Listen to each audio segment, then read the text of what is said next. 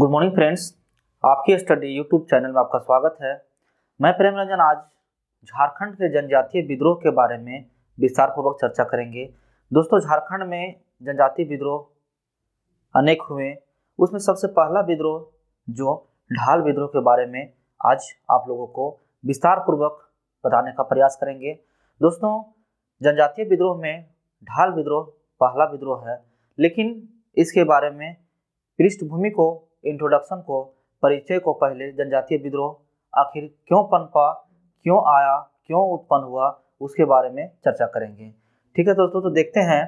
सबसे पहला बात ध्यान रखना होगा आपको, 1 नंबर में ध्यान रखना होगा बंगाल, बांग्लादेश, बिहार, उड़ीसा, झारखंड, कुल मिलाकर के दोस्तों ये सब एक साथ एक समय में थे, जो वर्तमान समय में सब अलग अलग दिखेंगे।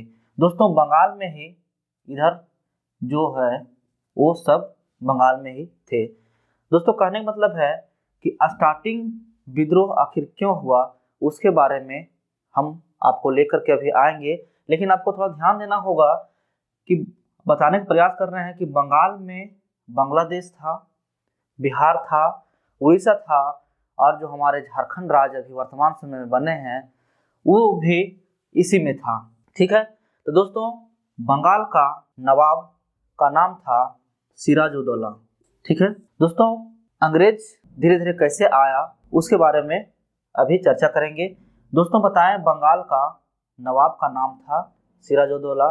दोस्तों 1757 में आप जान ही रहे होंगे प्लासी का युद्ध होता है। दोस्तों प्लासी का युद्ध होने के बाद अंग्रेज जो थे वो बंगाल के नवाब को अपदस्थ कर देते हैं, उसे हरा देते हैं। दोस्तों हराने के बाद 1757 में जब प्लासी का युद्ध होता है तो कुछ भाग जो है, या पूर्ण रूप तो नहीं लेकिन कुछ बंगाल अंग्रेजों के हाथ में आ जाता है। दोस्तों उसके बाद हम देखेंगे 1764 में बक्सर का युद्ध होता है। ठीक है, इसमें बंगाल का नवाब, मगध और मुगल तीनों को अंग्रेजी सेनापति जिसका नाम रहता है हेक्टर मुनरो, ये अंग्रेजी सेनापति रहता है, वो तीनों को बक्सर के युद्ध में हरा देता है। दोस्तों धीरे धीरे करते करते बंगाल अंग्रेजों के हाथ में जा रहा है। दोस्तों आगे चल करके 1765 ईस्वी में इलाहाबाद का संधि होता है। ठीक है, इलाहाबाद का अंग्रेजों और इन सभी नवाबों, शासकों के बीच इलाहाबाद का संधि होता है। संधि होने के बाद पूर्ण रूप से जो बंगाल जो था वो अंग्रेजों के हाथ में चला गया। दोस्तों हमको बताने का मतलब आपको यह रह रहा है कि अभी हम बताए थे बंगाल के अंतर्गत उड़ीसा, बिहार, झारखंड, बांग्लादेश वो सब था। दोस्तों हम सिर्फ यहाँ तक आने के लिए, झारखंड तक पहुँचाने के लिए, जो झारखंड में मुख्य रूप से आदिवासी या जनजातीय विद्रोह हुआ उसके बारे में विस्तार पूर्वक चर्चा करने के लिए कुछ पृष्ठभूमि को आपको बताने का प्रयास कर रहे हैं। तो दोस्तों आगे चल करके मुख्य रूप से अंग्रेज के हाथ में बंगाल आ गया। अगर बंगाल अंग्रेज के हाथ में आ गया तो जितना यहाँ देख रहे हैं सब उसके हाथ में आ गया। ठीक है, तो दोस्तों आगे बताते हैं। अब देखते हैं जनजातियों का विद्रोह कैसे उत्पन्न हुआ। तो देखते हैं दोस्तों, अंग्रेज लोग यहाँ आए तो सबसे पहला बात आपको ध्यान रखना होगा कि परंपरागत समय से जो जनजातियों के पास भूमि था, जमीन था, उसे जोर जबरदस्ती करके अंग्रेज लोग ने उसे छीन लिया। ठीक है, उसके बाद दोस्तों राजनीतिक या धार्मिक स्तर पर विधि व्यवस्था जो चल रहा था, जैसे आप देखेंगे, ठीक है, ढोकलो शहर, उसके बाद मुंडा मानकी, पंचायत, परगनायत। ठीक है, मुख्य रूप से दोस्तों ये सब आप देख रहे हैं, इसके व्यवस्था था प्रशासन का। ठीक है, ये सब धीरे धीरे करते करते राजनीतिक व्यवस्था या धार्मिक व्यवस्था को अंग्रेज जब आया तो जो झारखंड में जनजातीय लोग थे, जो आदिवासी लोग थे, धीरे धीरे करते करते ये सब व्यवस्था को निरस्त कर दिया, उसे हटा दिया गया। आगे देखेंगे दोस्तों, यहाँ सबसे पहले ईसाई लोग आते हैं, ठीक है, और धर्म को ईसाई धर्म मानने के लिए यहाँ के लोगों को कहते हैं, इसलिए यहाँ विद्रोह पनपा। दोस्तों धीरे धीरे हम बताने चाह रहे हैं, जैसे जैसे यहाँ का विधि व्यवस्था चल रहा था, उस तरह से अंग्रेज आया और अपने मनपसंद का विधि व्यवस्था चलाने का प्रयास किया, इसलिए धीरे धीरे आदिवासी लोग या जनजातीय लोगों में उत्पन्न हुआ विद्रोह करने के लिए, ठीक है। दोस्तों आगे चलेंगे तो दिकू लोग, मतलब दिकू बोलते हैं दोस्तों उसको जो बाहर से आता है, जैसे अंग्रेज लोगों ने, दिकू लोग आता है और यहाँ जनजातीय महिलाओं को यौन शोषण करता है, ठीक है, इसलिए और विद्रोह हो जाता है, विद्रोह भड़क जाता है। दोस्तों खास कारण यह रहा था, मुख्य रूप से अगर देखेंगे तो जनजातीय विद्रोह में अब देखेंगे कि वहाँ एक राजा जो शासक या शासन के रूप में ठीक ढंग से चलाते रहता है, नेतृत्व करते रहता है, उसको हटा देता है, तो यहाँ का जितना भी आदिवासी जनजाति लोग थे अंग्रेज लोग पर टूट पड़ते हैं। जैसे यहाँ देखेंगे सबसे पहला नंबर में ढाल विद्रोह जो हुआ, ठीक है। दोस्तों वहाँ बताएं कि वहाँ के जो राजा लोग रहते थे वो मुख्य रूप से नेतृत्व कर रहे होते हैं, जो अपने जनता को ठीक ढंग से चला रहे होते हैं, लेकिन उधर से अंग्रेज आता है और स्थानीय लोकल जो राजा रहता है, लोकल जो शासन करता रहता है, उसे हटा देता है, एक कारण भी रहता है, ठीक है। दोस्तों मुख्य रूप से पृष्ठभूमि तक लाने के लिए ऊपर की बातों को हम बताएं, लेकिन दोस्तों सबसे पहला नंबर में आज देखेंगे हम ढाल विद्रोह जो 1767 से 1777 तक चला, उसके बारे में दोस्तों विस्तार पूर्वक चर्चा करेंगे, ठीक है। दोस्तों जो देख रहे हैं ढाल विद्रोह जो है वो झारखंड का अंग्रेजों के खिलाफ पहला विद्रोह है, ठीक है। दोस्तों अंग्रेज लोग सबसे पहले अगर झारखंड में आते हैं तो सिंहभूम के क्षेत्र में आते हैं, ये बात को ध्यान रखना होगा। दोस्तों अभी देख रहे हैं ढाल विद्रोह जो है वो 1767 से लेकर के 1777 के बीच में चला। कुल मिलाकर के देखें तो इसे 10 वर्ष तक लगातार चला। कारण दोस्तों अभी हम बताएं कारण क्या रहा। दोस्तों इसके नेतृत्वकर्ता का नाम था, जो ढाल विद्रोह का नेतृत्व किए, उनका नाम था जगन्नाथ ढाल, ठीक है। दोस्तों ये बात को आप ध्यान रखेंगे। दोस्तों जगन्नाथ ढाल के नेतृत्व में अंग्रेजों के खिलाफ सबसे पहला झारखंड में जनजातीय विद्रोह हुआ, जो 1767 से लेकर के 1777 कुल मिलाकर के 10 वर्ष तक चला।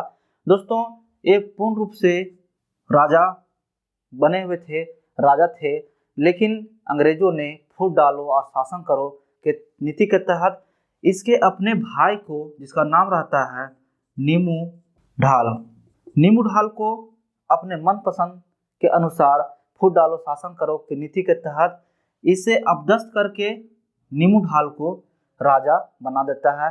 इसलिए वहाँ के जनजातीय लोग ने भड़क उठते हैं और विद्रोह कर लेते हैं और पूर्ण रूपेण सब मिल करके जगन्नाथ ढाल को साथ देते हैं और अंततः विद्रोह फैल जाता है, ठीक है।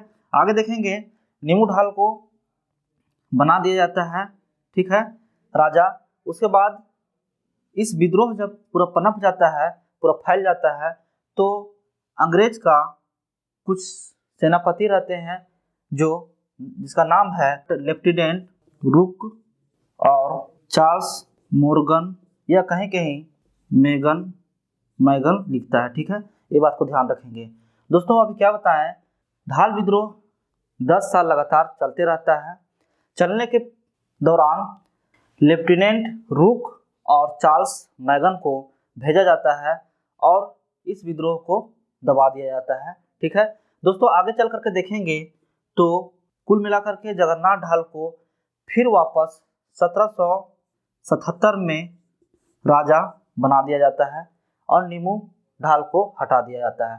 दोस्तों अंग्रेज का नीति एक ही था, फूट डालो और शासन करो।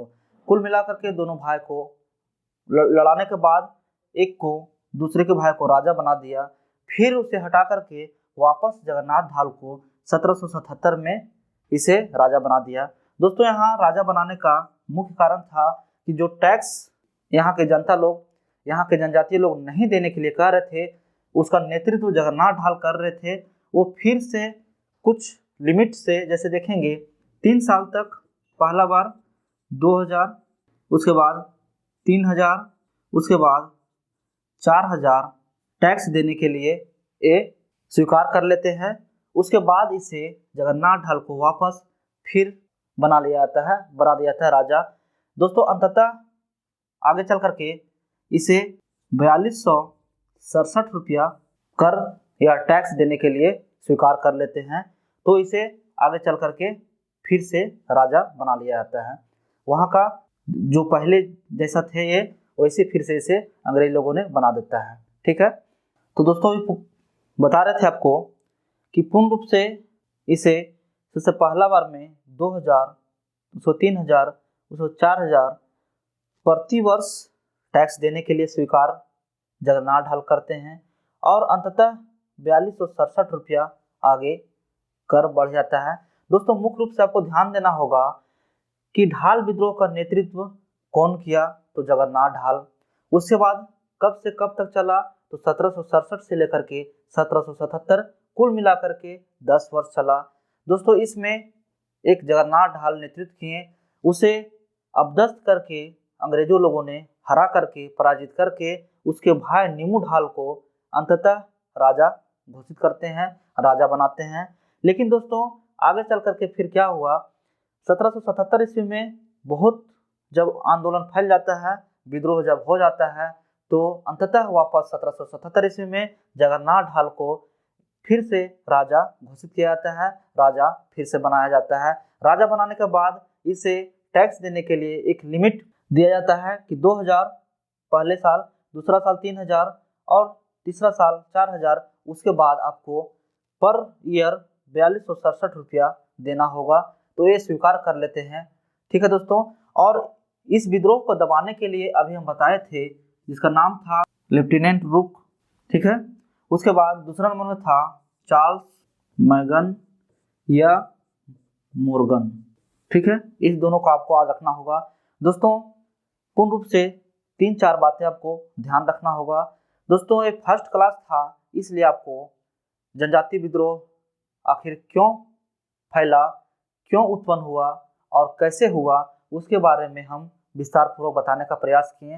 दोस्तों मुख्य बातों को आपको ध्यान में रखते हुए, एग्जाम की दृष्टि से बहुत महत्वपूर्ण टॉपिक है, इसलिए इसे आप ध्यान से देखेंगे और ध्यान से आप अपने नोट कॉपी में नोट्स बनाएं और एग्जाम में आप तैयारी अच्छा से कर सकते हैं। दोस्तों मुख्य रूप से प्रीव्यू में बताया आपको, तो अगले क्लास में फिर इसके आगे की विद्रोह को लेकर के हम आएंगे।